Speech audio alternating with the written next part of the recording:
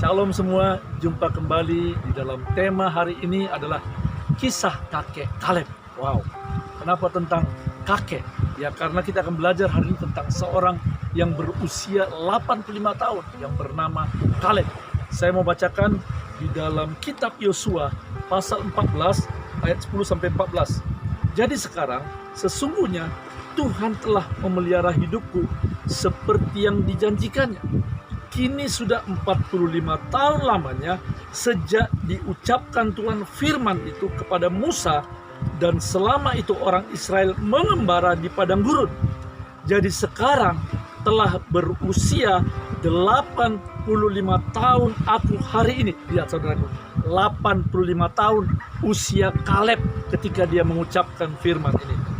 Pada waktu ini aku masih sama kuat seperti pada waktu aku disuruh Musa. Seperti kekuatanku pada waktu itu, demikianlah kekuatanku sekarang untuk berperang dan untuk keluar masuk. Oleh sebab itu berikanlah kepadaku pegunungan yang dijanjikan Tuhan pada waktu itu, sebab engkau sendiri mendengar pada waktu itu bahwa di sana ada orang Enak dengan kota-kota yang besar dan berkubu. Mungkin Tuhan menyertai aku sehingga aku menghalau mereka seperti yang difirmankan Tuhan. Lalu Yosua memberkati Kaleb bin Yefun, dan diberikannya Hebron kepadanya menjadi milik pusakanya. Itulah sebabnya Hebron menjadi milik pusaka Kaleb bin Yefun orang Kenas itu sampai sekarang ini, karena ia tetap mengikuti Tuhan Allah Israel dengan sepenuh hati. Saudara, ucapan ini dikatakan oleh Kaleb kepada Yosua dan di depan banyak orang ketika mereka bangsa Israel sudah memasuki tanah Kanaan yang dijanjikan Tuhan. Jadi saudaraku, Kaleb waktu itu berusia 85 tahun. Udah tua bukan? Nah, mari saya mengajak kita untuk belajar tentang kakek Kaleb ya. Apa keistimewaan Kaleb sehingga Kaleb termasuk dari dua orang, bayangkan saudara, hanya dua orang dari jutaan orang Israel yang keluar dari Mesir yang sampai ke tanah Kanaan, yaitu orang yang berasal dari Mesir. Sementara yang sisanya adalah yang lahir di padang gurun. Nah, kita belajar ada 4 hal tentang Kaleb. Nah, saudara, sebelum kita masuk kepada 4 karakter Kaleb yang luar biasa, saya mau mengajak kita dulu melihat sebenarnya ada 12 orang yang diperintahkan Musa untuk menjadi pengintai untuk mengamat-amati tanah Kanaan yang dijanjikan Tuhan ketika mereka mulai berjalan dari Mesir. Nah, saudara tahu ceritanya bukan? Ke-12 orang itu ada persamaannya. Apa persamaannya, saudara? Yaitu ke-12 orang pengintai itu adalah sama-sama pemimpin dari suku Israel. Yang kedua, apalagi persamaan mereka? Mereka sama-sama masuk ke tanah Kanaan dan menyaksikan dengan mata kepala mereka tanah yang subur, ada susu, madu, dan anggur. Kemudian mereka juga punya pemimpin yang sama. Pemimpinnya Musa, luar biasa. Dan saya percaya saudara, mereka juga makanannya sama, gandum, roti. Dan apalagi persamaan ke-12 orang itu, mereka memiliki latar belakang yang sama. Saudara tahu, ratusan tahun mereka bangsa Israel dijadikan budak dan dijajah di tanah Mesir. Jadi mereka juga punya latar belakang yang sama. Kenapa ini penting saudaraku ya? Karena ke-12 orang ini juga punya potensi untuk mengalami kepahitan karena bekas dijajah selama ratusan tahun di tanah Mesir. Nah, sekarang mari kita lihat. Ada 4 hal yang kita belajar dari kakek Kaleb. Kenapa Kaleb dan Yosua akhirnya dari sekian juta orang hanya mereka yang masuk ke tanah Kanaan. Kita belajar khusus hari ini tentang Kaleb. Yang pertama, Kaleb adalah seorang yang berpegang kepada janji Allah. Tadi dikatakan Kaleb dalam kitab Yosua pasal 14:10 dikatakan, sekarang sesungguhnya Tuhan telah memelihara hidupku seperti yang dijanjikannya. Selama 45 tahun Kaleb berpegang kepada janji Allah. Dia tidak meragukan janji Allah. Allah berjanji bahwa mereka semua akan dibawa masuk ke tanah Kanaan. Itu sebabnya dia pegang janji Allah. Jadi Kaleb adalah seorang yang berpegang pada janji Allah. Dia adalah seorang yang setia. Dia adalah seorang yang beriman dan percaya sepenuhnya kepada Tuhan. Itu yang pertama, saudara. Sekarang kita belajar dari karakter Kaleb yang kedua. Nah, yang kedua, Kaleb adalah seorang yang optimis, seorang yang berpikir positif. Nah, saya bacakan dalam kitab Bilangan pasal 13 ayat 30-31. Kemudian Kaleb mencoba menenteramkan hati bangsa itu di hadapan Musa. Katanya, tidak, kita akan maju dan menduduki negeri itu, sebab kita pasti akan mengalahkannya. Amin. Tetapi orang-orang yang pergi ke sana bersama-sama dengan dia berkata, kita tidak dapat maju menyerang bangsa itu, karena mereka lebih kuat daripada kita. Saudara lihat, beda sekali. Sementara mereka berkata, kita nggak bisa masuk karena mereka lebih kuat, kita seperti belalang dibandingkan mereka dan sebagainya. Tetapi Kaleb berkata, kita akan maju menduduki negeri itu, sebab kita pasti mengalahkannya. Dengan kata lain, saudaraku, Kaleb adalah seorang yang semangat. Dia adalah seorang yang berpikir positif. Dia adalah seorang yang optimis. Dia tidak mudah menyerah. Itu sebabnya Kaleb, dia punya karakter yang luar biasa yang kita bisa belajar, saudaraku ya. Banyak orang Kristen, banyak orang yang dalam keadaan situasi sulit, mereka pesimis, mereka terlalu melihat masalah, dan mereka tidak berpegang kepada janji Allah. Tetapi lihat Kaleb, walaupun orang lain mengatakan kita tidak bisa masuk ke tanah Kanaan, tetapi Kaleb dan Yosua, mereka berdua berkata, kita pasti bisa masuk, karena mereka berpegang kepada janji Allah. Yang ketiga, hal yang bisa kita belajar dari kakek Kaleb adalah kakek Kaleb seorang yang bersungguh hati. Nah, itu tertulis di dalam kitab Bilangan pasal 14 ayat 24.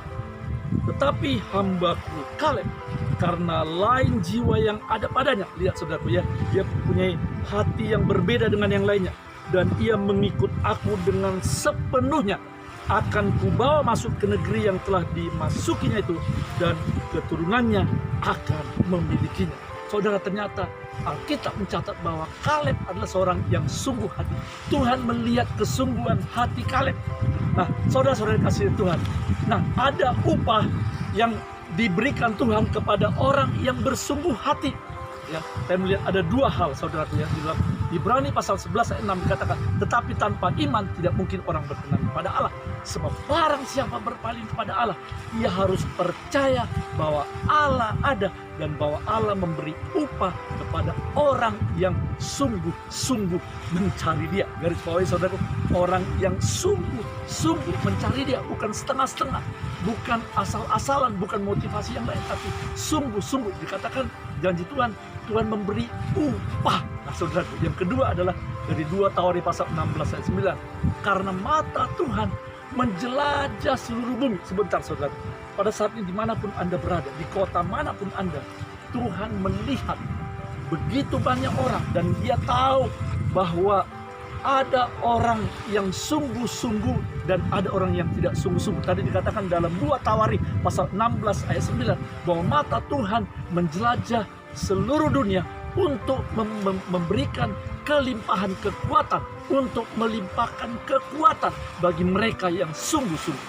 Saudara, saat ini kita sedang berada di tengah ketidakpastian di musim pandemi ini. Banyak tantangan, banyak masalah, banyak situasi yang mungkin tidak enak kita rasakan. Saudara merasa, aku nggak sanggup lagi Tuhan, aku merasa lemah ya Tuhan.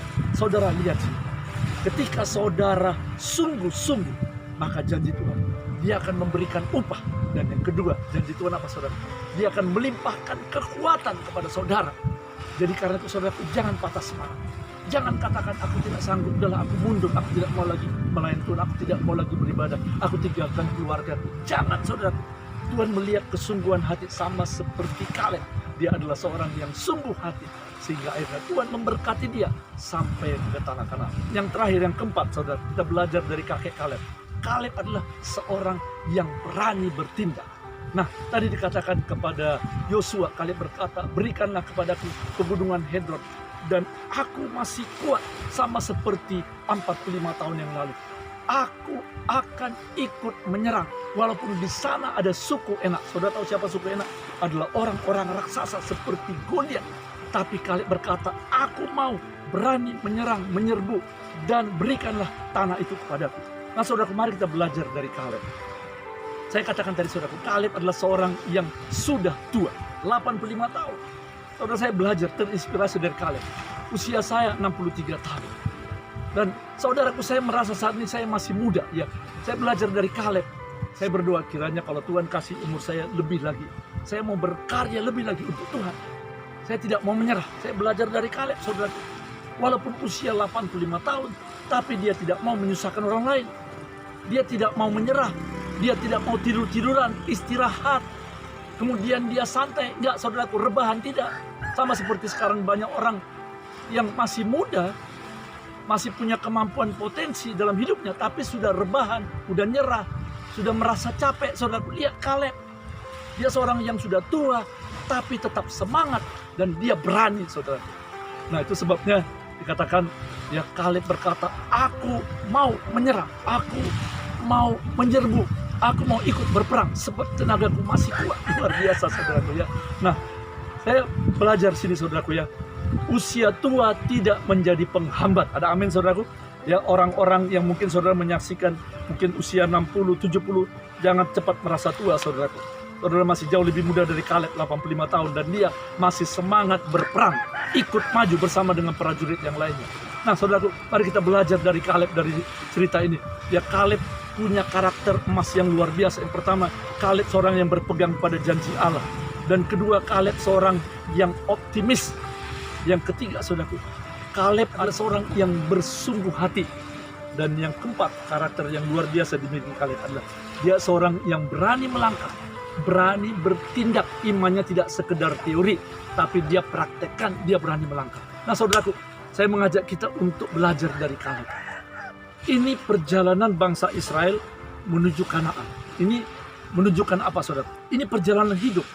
Dikatakan dalam Alkitab ada jutaan orang yang berputar-putar di padang gurun selama 40 tahun dan tidak sampai ke tanah Kanaan. Tetapi Kaleb dan Yosua, mereka dua orang yang dari tanah Mesir sampai ke tanah Kanaan. Ini menunjukkan apa, saudara? Perjalanan hidup kita ini ya menuju ke tanah Kanaan, panggilan Tuhan yang mulia. Kita punya panggilan Tuhan yang mulia, dan di sini ada perjalanan hidup dalam dunia ini.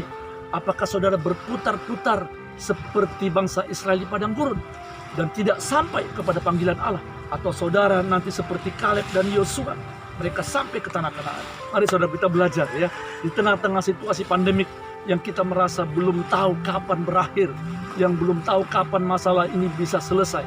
Kita belajar dari Kaleb, miliki pengharapan kepada Tuhan, pegang janji Allah, miliki hati yang sungguh-sungguh, sebab Tuhan melihat hati saudara. Dia akan kasih kekuatan, dia akan limpahkan berkat dan upah bagi orang yang sungguh-sungguh.